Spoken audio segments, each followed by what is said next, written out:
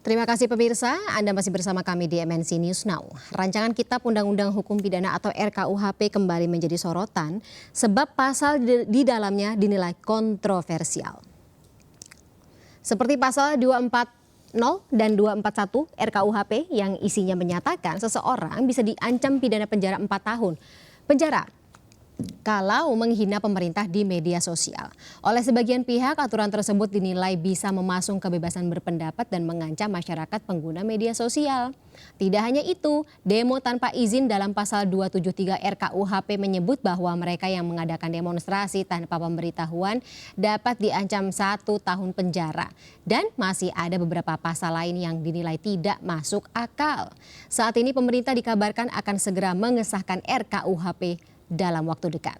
Pemerintah dan DPR berencana mengesahkan rancangan KUHP ini pada Juli 2022.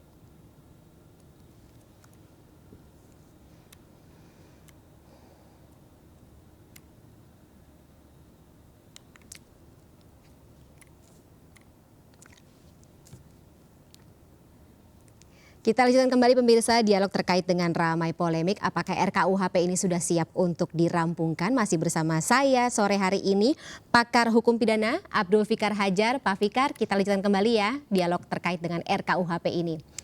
Oke. Siap. Bapak gimana kalau menurut Bapak atau Pak Fikar gitu sikap dari Presiden menghadapi seputaran polemik RKUHP terutama tentunya tadi ya pasal terkait dengan beliau gitu atau lembaga kepresidenan?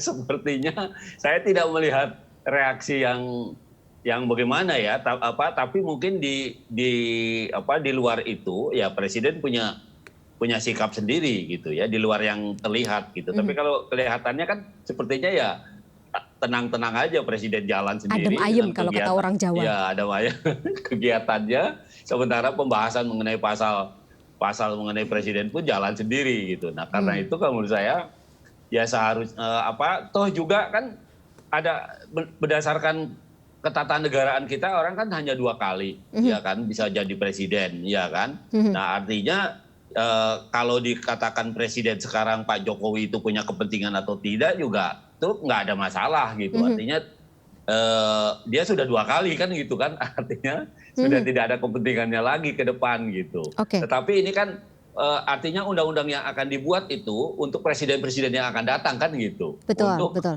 Jadi sebenarnya sudah tidak ada hubungannya lagi ya kalau misalnya orang-orang mengatakan oh ini ada hubungannya nih dengan pelaksanaan pemilu 2024 atau kepentingan politik 2024. Sebenarnya Pak Jokowi tidak ada hubungannya lagi ya.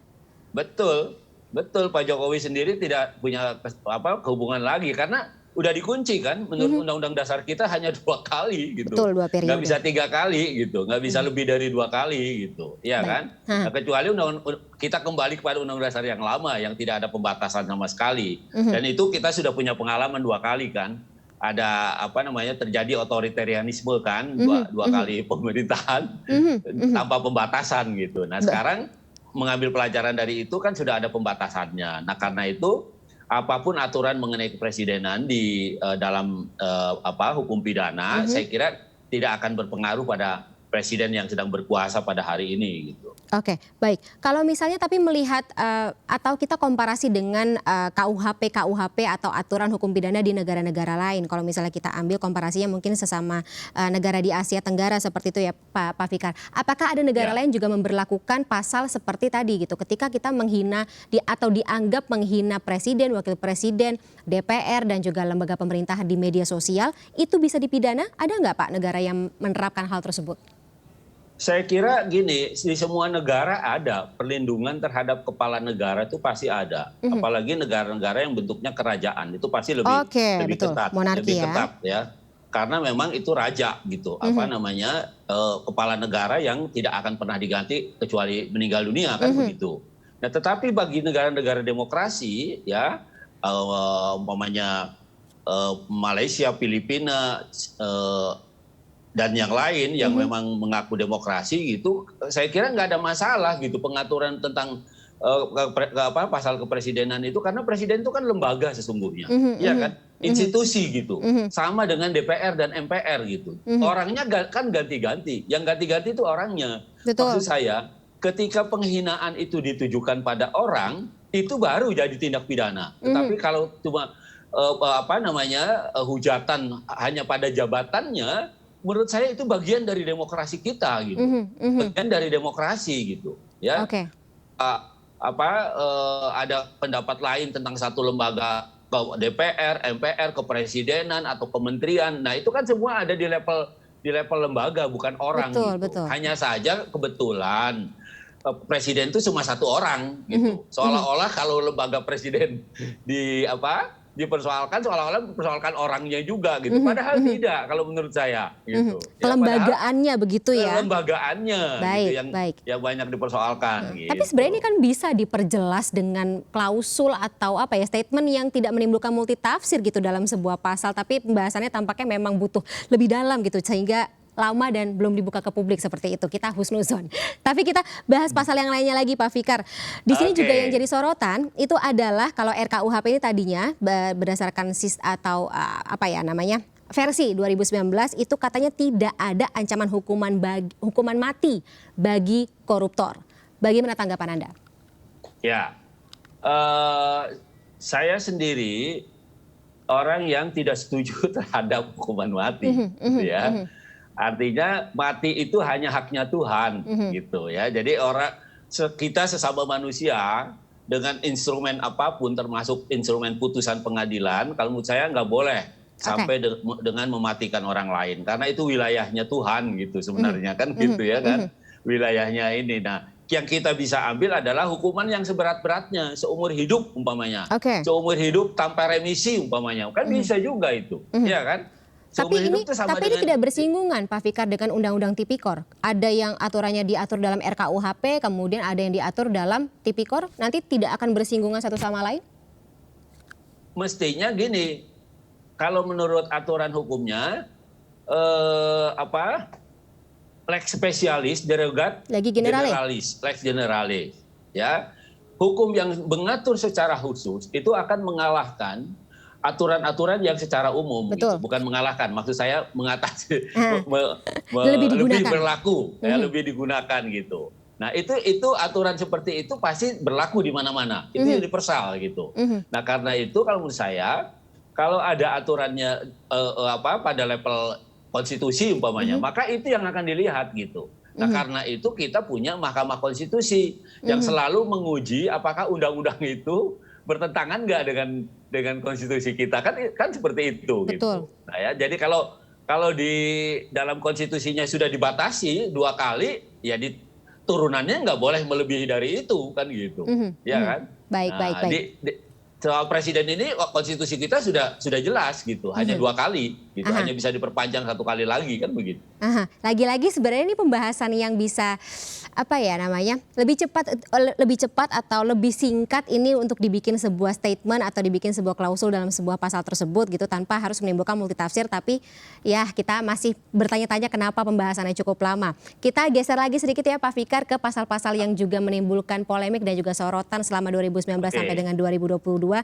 Ini katanya sih menyasar kehidupan pribadi masyarakat tapi dimasukkan ke dalam RKUHP atau rancangan yang saat ini seperti kohabitasi, kumpul kebo atau berzina ini bisa diancam pidana tanpa adanya saksi-saksi.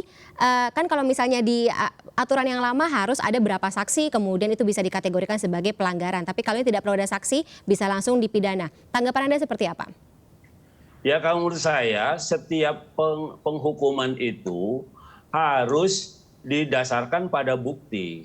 Kan hukum pidana kita, hukum acara pidana kita itu sudah menentukan orang hanya bisa dihukum berdasarkan minimal ada 2 alat bukti yang membuktikan dia bersalah. Nah, karena itu aturan dasarnya, ya dibawa kemanapun untuk menghukum orang itu harus ada proses dan ada proses itu yang memastikan ada 2 alat bukti yang minimal ada 2 alat bukti yang membuktikan bahwa seorang itu bersalah.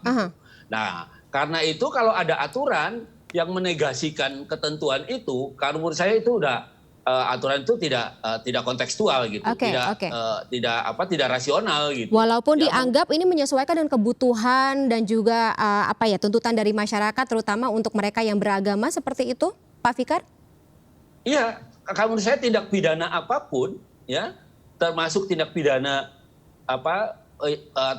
penghinaan terhadap agama umpamanya, ya tetap hukum acaranya adalah bagaimana membuktikan minimal ada 2 alat bukti yang bisa membuktikan bahwa seseorang itu bersalah gitu. Masih Nah, relevan, harus digunakan sampai akhir begitu ya? betul, Siap. itu harus tetap digunakan gitu sampai kapanpun. Baik. Sampai ada perubahan baru gitu ya.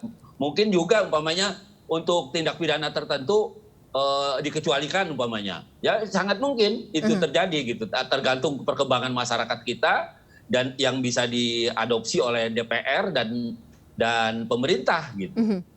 Jadi sebenarnya tidak sesensitif itu sampai pembahasannya harus tertutup begitu ya Pak Fikar ya. Jadi ya kita sama-sama masih menunggu apakah sesuai dengan target sebelum bulan Juli 2022 draft tersebut sudah bisa dibuka kepada masyarakat dan kita masih punya kesempatan untuk mengevaluasi dan memberi masukan seperti itu agar semakin sempurna tentunya ya Pak Fikar ya.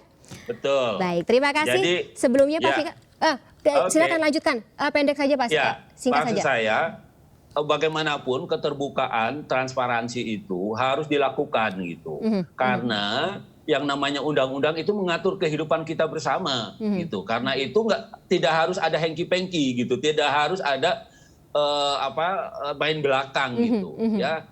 Kepentingan apapun disampaikan secara terbuka, bisa dibahas sama-sama gitu. Betul. Memang kebutuhan masyarakat Indonesia atau bukan gitu. Nah, mestinya seperti itu gitu. Setuju. Kita kawal sama-sama seperti itu ya Pak Fikar. Oke, Terima kita kasih kawal. sebelumnya Pak Yuk. Fikar atas insight-nya dalam dialog kita sore hari ini. Semoga Oke. rampung dalam waktu dekat ya. Terima kasih sekali lagi Ya. Pak, sehat selalu, sampai jumpa. Yuk, mari. Kita ke informasi selanjutnya pemirsa, menghadiri sidang Dewan HAM PBB, Menko Polhukam Mahfud MD memastikan Indonesia tidak memiliki catatan pelanggaran HAM. Mahfud juga memastikan tidak benar adanya agenda kunjungan Komisi HAM tinggi PBB ke Indonesia untuk melakukan penyelidikan. Sebagai bukti dalam pidato pembukaan sesi ke-50 sidang Dewan HAM oleh Komisi Tinggi HAM PBB, Indonesia tidak termasuk dalam daftar 21 negara yang perkembangan HAM-nya sedang dirujuk. Mahfud menegaskan telah diprovokasi oleh media sosial yang tidak jelas. Dalam kunjungannya, Mahfud menyebut Komisioner Tinggi HAM PBB, Michelle Bachelet, menyampaikan apresiasi kepada Kejaksaan Agung Republik Indonesia. Kejaksaan Agung dinilai lebih serius memproses penanganan pelanggaran HAM berat dengan diprosesnya kasus Paniai Papua ke pengadilan. Menurut Mahfud, kasus Paniai merupakan kasus pelanggaran HAM paling berat di era Presiden Joko Widodo yang direkomendasikan Komnas HAM untuk diselesaikan pemerintah. Komisioner Tinggi HAM menyebut 21 negara yang perkembangan HAM-nya dirujuk. Dan Indonesia tidak termasuk di dalamnya. Sudah 3 tahun ini, tepatnya sejak tahun 2020, Dewan HAM PBB tidak menyebut Indonesia dalam catatan negara yang punya masalah pelanggaran HAM. Hal ini berarti kita sudah mengalami kemajuan dan mengkomunikasikan dengan proporsional mengenai perlindungan dan penegakan HAM. Dan pemirsa tetaplah bersama kami di MNC News Now, kami akan segera kembali dengan informasi lainnya.